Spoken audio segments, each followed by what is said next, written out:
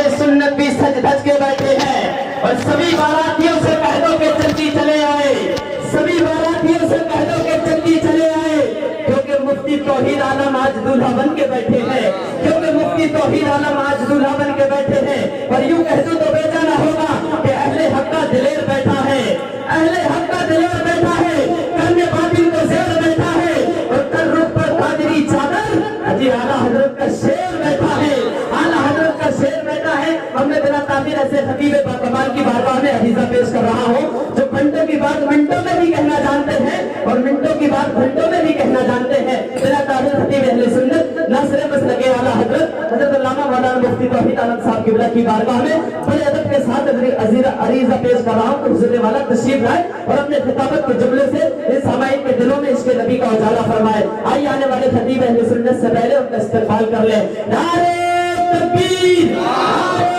رسالت، مسلک اعلیٰ حضرت اہل سنت حضرت علامہ مولانا مفتی توحید عالم صاحب قبلہ، نعرہ تکبیر، نعرہ رسالت۔ تمہیں جملوں کے ساتھ یہ شعر ہے، یہ شعر ہے، شعروں کی گراہٹ نہیں جاتی، یہ لہجہ نرم بھی کر لے تو گناہٹ نہیں جاتی۔ یزیدی بھاگ جاتے ہیں گھما کر جنگ سے منڈی، حسینی لڑتے ہیں جب تک کہ گردن تک نہیں جاتی۔ یہ رضا کے شعر ہے، باطل کو زیر کرتے ہیں، سدا مقابلہ شعروں کا شعر کرتے ہیں، اور فلک کو ضد ہے جہاں پر بجلیاں گرانے کی، انہیں بھی ضد ہے وہیں پر آشیاں بنانے کی۔ نعرہ تکبیر، نعرہ رسالت، مسلک اعلیٰ حضرت، علماء اہل سنت، نعرہ تکبیر، نعرہ رسالت۔ منبر نور پر تشریف فرما محترم علماء کرام و محترم سامعین و سامعات، السلام علیکم ورحمۃ اللہ تعالی وبرکاتہ۔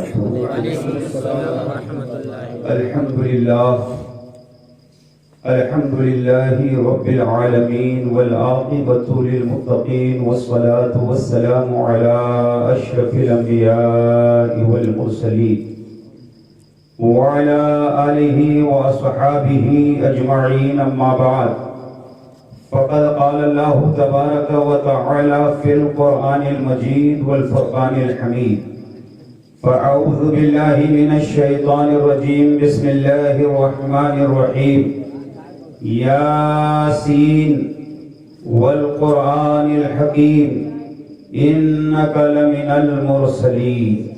آمنت بالله صدق الله مولانا العظيم وبلغنا رسوله النبي الأمي الكريم، ونحن على ذلك لمن الشاهدين والشاكرين والذاكرين والحمد لله رب العالمين۔ آئیے سب سے پہلے ہم اور آپ سبھی حضرات مل کر عقیدت و محبت و والہانہ وارفتگی، قلب کی شیفتگی و شگفتگی کے ساتھ اپنے اور ساری کائنات کے مرکز عقیدت رسول محترم و محتشم پیغمبر اعظم احمد مصطفیٰ محمد مصطفیٰ صلی اللہ تعالی علیہ وسلم کی مقدس بابرکت پرعظمت بارگاہ کرم میں اپنی غلامی کا ثبوت دیتے ہوئے والہانہ، خادمانہ، عاشقانہ، غلامانہ، ایماندارانہ انداز میں درود پاک کی ڈالی محبت کی تھالی میں سجا کر پیش کریں اور پڑھیں۔ اللہم صلی علی سیدنا شفیعنا حبیبنا مولانا محمد بارک وسلم، صلاۃ و سلام علیک یا رسول اللہ صلی اللہ تعالی علیہ وبارک وسلم۔ دستار بندی کا حسین منظر، اس کو رکھا بھیا تھوڑی دیر جب جانتے ہو کہ میں اپنی تقریر میں چائے نہیں پلانے دیتا ہوں، پھر بھی بیچ میں آگے خراب کر دیتے ہو، درود شریف پڑھ لیجیے۔ اللہم سیدنا مولانا محمد بارک وسلم، صلاۃ و سلام علیک یا رسول اللہ صلی اللہ تعالی علیہ وبارک وسلم۔ دستار بندی کا حسین منظر آپ نے اپنی نگاہوں سے ملاحظہ فرمایا۔ اس بستی کے تمام تر سنی صحیح العقیدہ مسلمانوں کو دل کی اتھا گہرائیوں سے مبارکباد پیش کرتا ہوں، جنہوں نے آج کی اس پاکیزہ محفل کا انعقاد کیا اور اس بابرکت محفل میں تشریف لائے۔ علماء کرام کا ایک نورانی قافلہ منبر نور پر جلوہ گر ہے، یکے بعد دیگرے کچھ لوگوں سے آپ نے نعت و منقبت کے اشعار، ان کے بیانات آپ نے سماعت فرمائے۔ وقت زیادہ ہو چکا ہے، اس لیے توجہ کے ساتھ کچھ مفید باتیں آپ حضرات سماعت فرما لیں۔ فدائے افتخار ملت محترم صادق رضا سبتینی سے آپ نے ان کے مخصوص لب و لہجہ میں شاندار کلام آپ نے سماعت فرمایا۔ نعت رسول پڑھنے کا حق صرف صادق رضوی صاحب کو ہی نہیں ہے، نعت رسول پڑھنے کا حق صرف حضرت حافظ و قاری مقدس رضوی صاحب ہی کو حاصل نہیں ہے، نعت مصطفیٰ پڑھنے کا حق صرف حضرت علامہ نسیم القادری صاحب کو ہی حاصل نہیں ہے، نعت مصطفیٰ پڑھنے کا حق صرف علامہ محمود جمالی صاحب ہی کو حاصل نہیں ہے، نعت مصطفیٰ پڑھنے کا حق صرف حضرت حافظ و قاری محمد حنیف صاحب کو ہی حاصل نہیں ہے، نعت مصطفیٰ پڑھنے کا حق صرف حضرت علامہ نور محمد صاحب کو ہی حاصل نہیں ہے، نعت مصطفیٰ پڑھنے کا حق صرف حضرت علامہ مولانا شکیل رضا صاحب کو ہی حاصل نہیں ہے، نعت رسول پڑھنے کا حق جتنا ممبر رسول پر بیٹھے ہوئے ان علماء کا ہے، نعت رسول پڑھنے کا حق اتنا ہی آپ سب کو ہے۔ اور مصطفیٰ کی نعت صرف ہم اور آپ نہیں پڑھتے، کنکر و پتھر مصطفیٰ کی نعت پڑھتے ہیں، شجر و حجر مصطفیٰ کی نعت پڑھتے ہیں، برگ و ثمر مصطفیٰ کی نعت پڑھتے ہیں۔ ارے مسلمان تو مسلمان ہیں، غیر مسلم بھی نبی کی نعت پڑھتے ہیں۔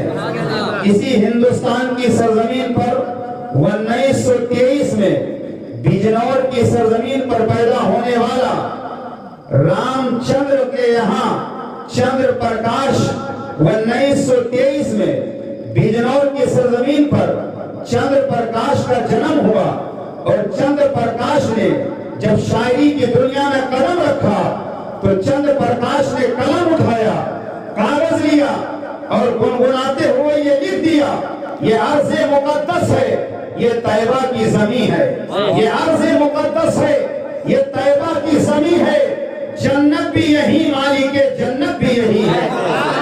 یہ چندر پرکاش جب اس نے ذکر کیا تو گنگا کا ذکر نہیں کیا، اجودھیا کا ذکر نہیں کیا، متھرا کا ذکر نہیں کیا، کاشی کا ذکر نہیں کیا، بلکہ چندر پرکاش نے جب ذکر کیا تو شہر رسول کا کیا، مدینہ طیبہ کا کیا، اور خالی شہر مدینہ کا ذکر ہی نہیں کیا بلکہ وہ تھا غیر مسلم، مگر اس نے عقیدہ دے دیا، کہہ دیا یہ عرض مقدس ہے، یہ طیبہ کی زمین ہے، جنت بھی یہی، مالک جنت بھی یہی ہے۔ چندر پرکاش نے کہا زمین پر اگر جنت کہیں ہے تو مدینہ طیبہ میں ہے، اور جنت کا اگر کہیں مالک ہے تو وہ بھی مدینہ طیبہ میں ہے۔ یہ عرض مقدس ہے، طیبہ کی زمین ہے، جنت بھی یہی، مالک جنت بھی ہے۔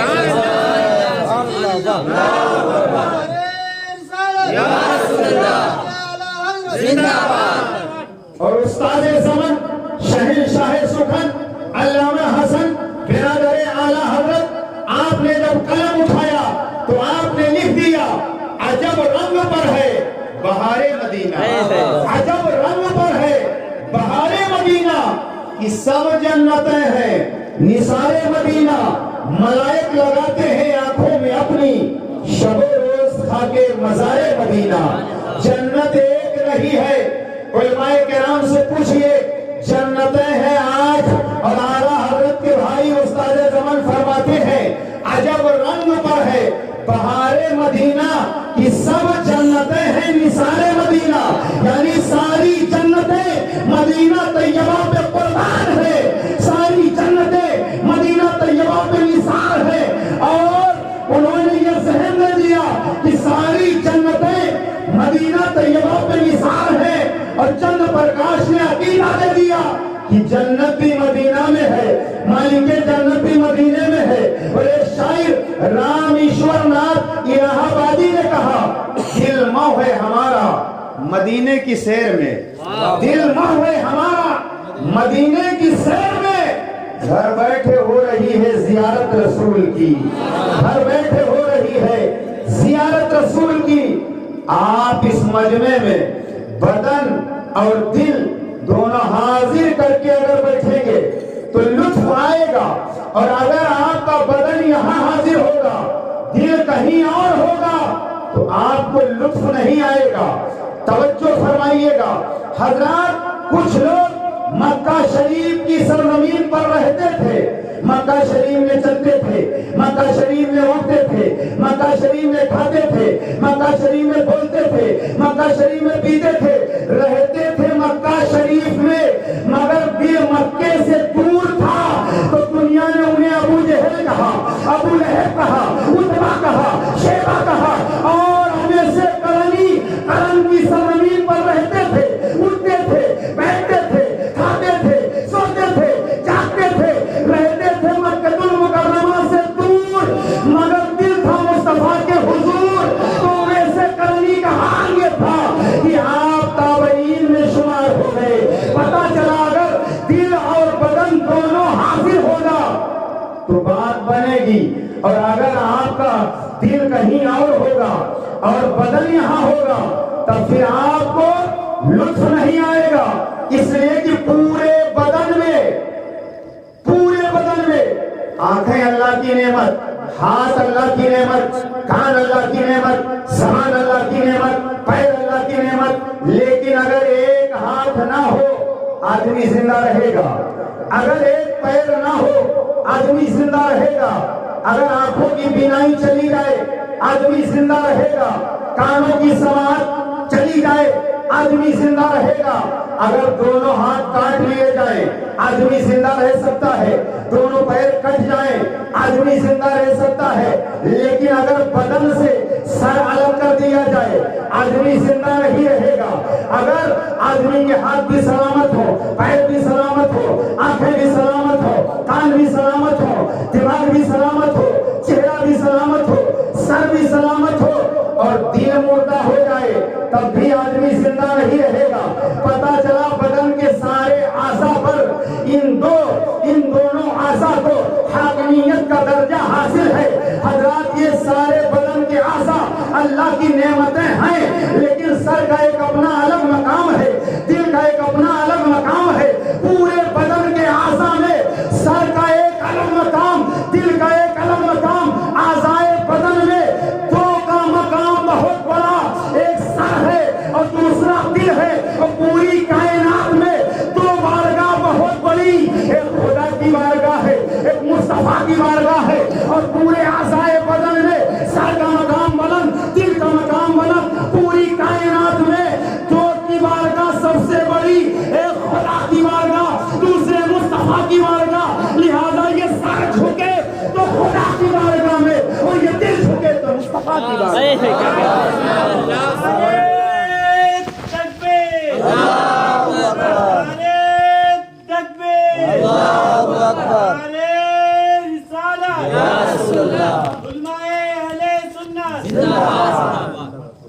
پتا چلا کہ دل مردہ ہو جائے تو سب مردہ ہو جائے۔ نبی رحمت صلی اللہ علیہ وسلم نے ارشاد فرمایا انسان کے بدن میں گوشت کا ایک ٹکڑا ہے، اگر اس کی اصلاح ہو جائے تو پورے بدن کی اصلاح ہو جائے، اگر وہ ٹکڑا بگڑ جائے تو پورا بدن بگڑ جائے، اور وہ ہے دل، وہ ہے دل۔ اور میں نے قرآن پاک سے سورہ یاسین شریف کی 3 آیتیں تلاوت کی ہے، اور ہمارے تمہارے آقا نے فرمایا ہر شے کے لیے ایک دل ہوتا ہے، اور قرآن پاک کا دل سورہ یاسین شریف ہے، قرآن پاک کا دل سورہ یاسین شریف ہے۔ یاسین والقرآن الحکیم انک لمن المرسلین۔ یاسین، علماء کرام منبر نور پر جلوہ بار ہیں، یاسین کا معنی کیا ہے ہم کو نہیں معلوم، منبر نور پر بیٹھے ہوئے علماء کرام کو نہیں معلوم، مفسرین کو نہیں معلوم، معلمین کو نہیں معلوم یاسین کا ترجمہ اور معنی کیا ہے۔ ارے خود قرآن لانے والے جبریل امین کو بھی نہیں معلوم ہے، یا تو اللہ جانے یا اس کے بتانے سے رسول اللہ جانے۔ یاسین کا معنی مطلب ترجمہ کیا ہے کسی کو نہیں معلوم۔ والقرآن الحکیم انک لمن المرسلین، حکمت والے قرآن کی قسم تم مرسلین میں سے ہو۔ اللہ فرماتا ہے حکمت والے قرآن کی قسم محبوب تم مرسلین میں سے، رسولوں میں سے ہو۔ یہ آیت نازل کب ہوئی؟ کفار مکہ نے کہا محمد اللہ کے رسول نہیں ہے، تو اللہ نے جواب میں یہ آیت کریمہ نازل فرمائی، یاسین والقرآن الحکیم انک لمن المرسلین، حکمت والے قرآن کی قسم محبوب تم مرسلین میں سے ہو، تم رسولوں میں سے ہو۔ آج دنیا کے اندر کتابوں کی کمی نہیں ہے، حکمت کی کتاب، ریاضی کی کتاب، جغرافیہ کی کتاب، اردو کی کتاب، ہندی کی کتاب، سائنس کی کتاب، انگریزی کی کتاب، الگ الگ زبان میں دنیا کے اندر کتابیں موجود ہیں، لیکن ایک دو نہیں، لاکھ دو نہیں، کروڑ دو کروڑ نہیں، پوری دنیا میں اربوں کھربوں کتابیں موجود ہیں، مگر دنیا کی ساری کتابیں ایک طرف اور قرآن مجید ایک طرف۔ آپ کہو گے دلیل کیا ہے؟ فقیر بغیر دلیل کے بات نہیں کرتا۔ دلیل کیا ہے سنو، دنیا کی ساری کتابیں ایک طرف، قرآن مجید ایک طرف۔ دلیل کیا ہے تو دلیل سنو، دنیا کے اندر جتنی کتابیں ہیں ان کتابوں کا لیکھک، ان کتابوں کا رائٹر، ان کتابوں کا مصنف کوئی نہ کوئی بشر ہے، کوئی نہ کوئی آدمی ہے، کوئی نہ کوئی انسان ہے، مگر قرآن کا مصنف، قرآن کا رائٹر، قرآن کا لیکھک، قرآن کا لیکھک رائٹر کوئی انسان نہیں، کوئی بشر نہیں، کوئی آدمی نہیں، بلکہ یہ قرآن کسی بشر کا کلام نہیں، کسی انسان کا کلام نہیں، کسی آدمی کا کلام نہیں، یہ قرآن خدا کا کلام ہے۔ گویا کہنا پڑے گا باقی کتابیں مخلوق کی ہے اور قرآن خالق کی کتاب ہے، قرآن وحدہ لا شریک کی کتاب ہے، قرآن حکم الحاکمین کی کتاب ہے۔ یہی وجہ ہے کہ قرآن میں رب نے اعلان فرما دیا ذالک الکتاب لا ریب فیہ، یہ وہ بلند مرتبہ کتاب ہے جس میں کسی شک و شبہ کی گنجائش نہیں۔ اس وقت پوری دنیا کی کتابوں پر اگر پابندی لگا دی جائے اور دنیا میں جتنی کتابیں ہیں ان کتابوں کو دریا میں ڈال دیا جائے، نیٹ سے، فیس بک سے، مادیات کے جتنے وسائل ہیں سارے جگہوں سے کتابوں کو ہٹا دیا جائے، پوری دنیا میں ساری کتابوں کو اکٹھا کر کے دریا کے حوالے کر دیا جائے، اگر دوبارہ کوئی کتاب پابندی لگا دی جائے آئندہ کوئی کتاب نہیں چھپے گی، اگر دنیا میں ایک بچہ 8-10 سال کا باقی ہے اور حافظ قرآن ہے تو قرآن پھر اسی طرح تیار ہو جائے گا۔ اس لیے کہ دوسری کتابیں کاغذ پر لکھی جاتی ہیں، سیاہی کی محتاج ہیں، مگر قرآن خالی لکھا نہیں جا رہا ہے، قرآن حفظ کیا جا رہا ہے۔ شہر شہر میں حافظ قرآن، گاؤں گاؤں میں حافظ قرآن، ملک ملک میں حافظ قرآن، اور قرآن کی حفاظت کا ذمہ اللہ نے لے لیا ہے، اور رب نے اعلان کیا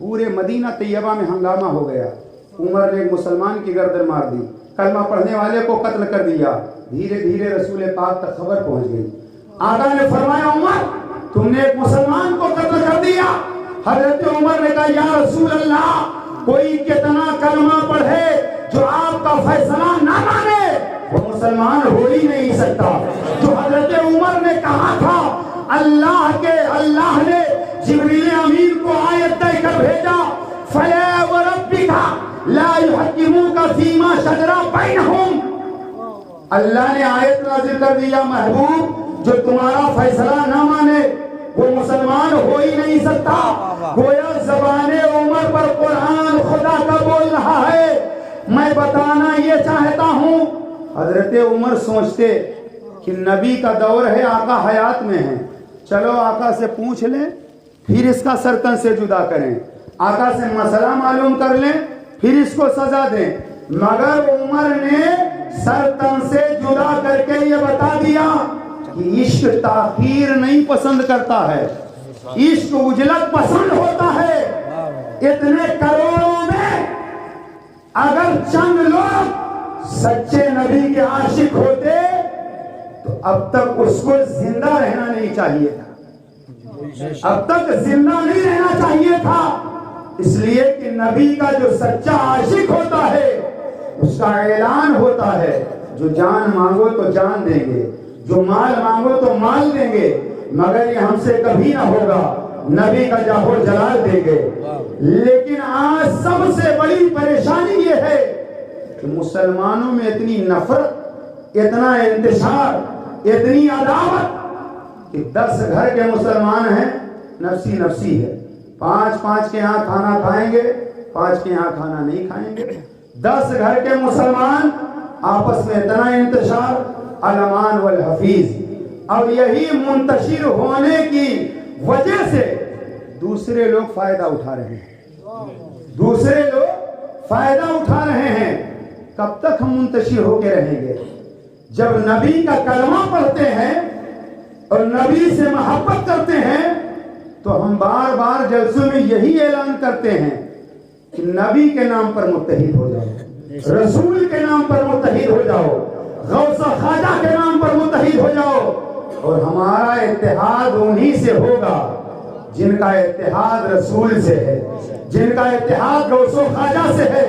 اور جو رسول کو نہیں چاہتے, غوث خواجہ کو نہیں چاہتے, اگرچہ وہ ہمارا پڑوسی ہم اس کو نہیں چاہتے, اس لیے کہ ہم اپنے رسول کے لیے جیتے ہیں. لیکن دین کے لیے جھگڑا کم, پراپرٹی کے لیے جھگڑا زیادہ, تھوڑی تھوڑی باتوں میں جھگڑا زیادہ. اگر کسی سے کوئی جرم سرزد ہو جائے اور وہ توبہ کر لے تو توبہ کرنے کے بعد آقا فرماتے تائب من الذنب کمن لا ذنب لہ, توبہ کرنے والا گناہوں سے ایسا پاک ہوتا جیسے اپنی ماں کے پیٹ سے ابھی پیدا ہوا ہے. توبہ کرنے کے بعد دل میں اگر کوئی نفرت رکھتا ہے تو مجرم ہے. اگر توبہ کسی نے کر لیا تب اس کے ماضی کے معاملات کو نہیں اچھالنا چاہیے. اگر اعلانیہ گناہ کیا ہے اعلانیہ توبہ ہے, چھپ کر گناہ کیا ہے چھپ کر توبہ ہے. اگر کسی نے اعلانیہ گناہ کیا اور توبہ کر لیا تو اب دل میں نفرت نہیں رکھنی چاہیے, اس لیے کہ توبہ کرنے کے بعد جب اللہ و رسول معاف کر دیتا ہے تو تم کون ہو جو معاف نہیں کرو گے. توبہ کر لینے کے بعد آدمی کو چاہیے کہ پھر دلوں میں نفرت نہ رکھے. اور آج حافظ میں جھگڑا, پیر میں نفرت, دوست میں نفرت. یہ نفرتوں کا بازار کب تک گرم رہے گا پیارے, کب تک رہے گا نفرتوں کا بازار گرم؟ یہی نفرتوں کی وجہ ہے کہ جو آج ہم پستی کی طرف گرتے چلے جا رہے ہیں, پستی کی طرف ہم گرتے چلے جا رہے ہیں. ورنہ اسے خبیث کی کیا اوقات تھی. اور وہ آج تو ہندوستان کا عالم یہ ہے جو نبی کی گستاخی کرے, قرآن کی توہین کرے, اسے لوگ ہیرو بنا دیتے ہیں, اسے لوگ سر پہ اٹھا لیتے ہیں اور اس کی حفاظت کرتے ہیں. تسلیمہ نسرین نے گستاخی کیا, سلمان رشدی نے گستاخی کیا, اور یہی آپ کے نین پور میں کئی سال پہلے آپ نے دیکھا ہوگا بڑی ریلی نکالی گئی، لیکن ہوا کیا؟ لاسٹ میں وہی ہوا جو ہونا تھا، جشن مناتے ہوئے وہ گیا۔ ہوشیار ڈاکٹر یہ کرتا ہے اگر بدن میں کینسر ہو جائے تو وہ اتنی جگہ کاٹ دیتا ہے تاکہ کینسر بڑھنے پائے، پھیلنے نہ پائے۔ نبی کا ایک گستاخ اگر پیدا ہو تو کوئی ممتاز قادری بن کر کے اٹھے اور گستاخ رسول کا سرتن سے جدا کر دے تاکہ دوسرے میں ہمت نہ ہو کہ نبی کی شان میں گستاخی کرے۔ اور اگر ڈھیل دی جائے گی، صرف ریلی پر محدود رہیں گے تو آج ایک گستاخ پیدا ہوگا، کل دوسرا گستاخ پیدا ہوگا، پرسوں تیسرا گستاخ پیدا ہوگا، پھر محلے محلے میں گستاخ ہوں گے، شہر شہر میں گستاخ ہوں گے۔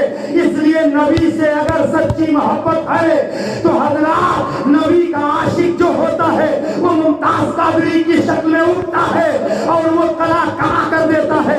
ایک پیسہ بھی پر چلنے والا جسے دنیا خادم رسول کے نام سے جانتی اور پہچانتی ہے، بظاہر وہ بلچیے پر رہتے تھے مگر اتنے بڑے عاشق رسول، اتنے بڑے عاشق رسول کہ ان کا جنازہ جب اٹھا ہے تو پوری دنیا دیکھ کر کے یہ دم رہ گئی ہے کہ یہ غلام رسول کا جنازہ ہے، یہ عاشق رسول کا جنازہ ہے۔ اس لیے کہ جو نبی کا عاشق ہوتا ہے وہ مکان کی پرواہ نہیں کرتا، دکان کی پرواہ نہیں کرتا، کھیت و کھلیان کی پرواہ نہیں کرتا۔ جو نبی کا عاشق ہوتا ہے وہ نبی کے نام پر جب قربان ہوتا ہے تو ابدی زندگی مل جاتی ہے، ابدی اسے زندگی مل جاتی ہے۔ حضرات پتہ یہ چلا کہ اپنا عشق نبی سے مضبوط رکھیں، اور خالی جلسے سے کام نہیں چلے گا، خالی ریلی سے کام نہیں چلے گا۔ بہت ساری جگہوں پہ آئے دن ریلیاں نکالی جا رہی ہیں، ریلیوں سے کام چلنے والا نہیں ہے۔ حضرات آج تک اس کی گرفتاری نہ ہو سکی، آج تک گرفتاری نہ ہو سکی، لوگوں کی رپورٹ تک درج نہیں ہوئی۔ ایک ظالم اپنے آقاؤں کی بنیاد پر پورے مسلمانوں کی توجہ اپنی طرف راغب کروا لیا۔ پیٹرول کا کیا ریٹ ہے، مہنگائی آسمان چھو رہی ہے، سارے لوگوں کا دماغ ادھر سے ہٹانے کے لیے اس طرح کے معاملات سامنے لائے جاتے ہیں، اور ہمارا حال یہ ہے کہ ہم آگے پیچھے کچھ نہیں دیکھتے۔ اور میں نے تو ان لوگوں کو دیکھا نعرہ لگاتے ہوئے جن کو یہ تک نہیں پتا ہے کہ قرآن میں کتنے پارے ہیں۔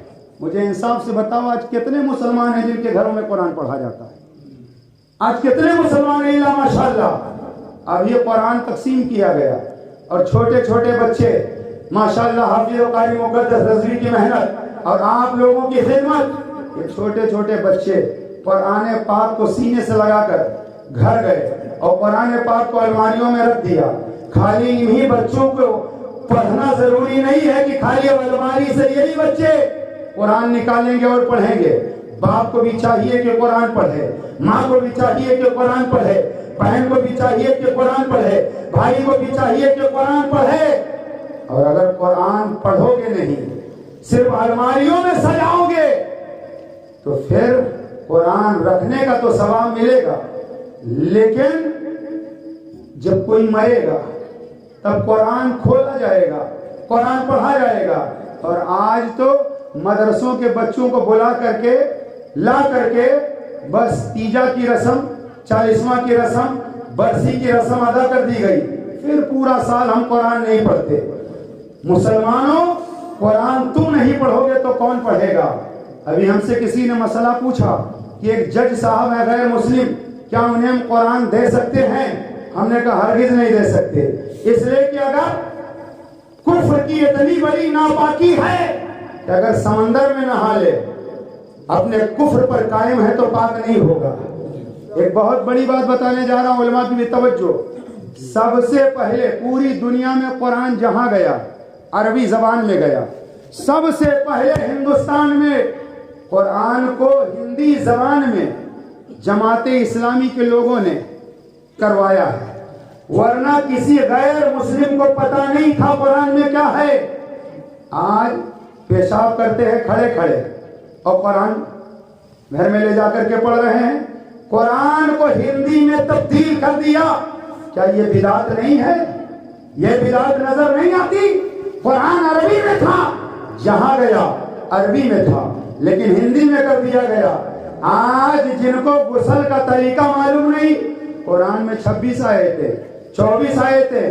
وسیم رضوی کے بھائی نے ویڈیو جاری کیا، خود اس نے بیان دیا کہ میرا بھائی نہ نماز پڑھتا ہے نہ روزہ رکھتا ہے، دین سے بالکل دور ہے. اور اس نے کہا میرا بھائی پاگل ہو گیا، مجنون ہو گیا. میں نے ایک بات کہا تھا اور پھر کہہ دے رہا ہوں، میں نے کہا اگر وہ پاگل ہو گیا تھا، مجنون ہو گیا تھا، تو پھر دیوار سے سر اس نے کیوں نہیں ٹکرا لیا؟ دریا میں کیوں نہیں جا کے مر گیا؟ پاگل ہوا تھا تو صرف قرآن کے لیے. قرآن تو وہ کتاب ہے، اگر پاگل پڑھ لے تو پاگل پن دور ہو جائے. قرآن وہ کتاب ہے، مجنون اگر پڑھ لے تو اسے شفا مل جائے. قرآن وہ کتاب ہے جو شفا ہے، رحمت ہے، ہدایت ہے، برکت ہے. قرآن ہدایت ہی ہدایت ہے. اور قرآن کے لیے پاگل ہوا تھا، پاگل نہیں ہوا ہے، پاگل وہ بنا ہوا ہے اور اس کا منصوبہ خاک میں مل جائے گا. کیونکہ قرآن پر پہلی بار حملہ نہیں ہوا، بارہا حملہ ہوا ہے، لیکن قرآن کی حفاظت اللہ نے کیا. ہر دور میں قرآن کی حفاظت ہوتی رہے گی. اس لیے قرآن پاک پڑھو، سمجھو. کیا کہا؟ قرآن سے 26 آیتوں کو نکالا جائے، آتنکواد کو بڑھاوا ملتا ہو. قرآن کیا کہتا ہے؟ قرآن کیا کہتا ہے؟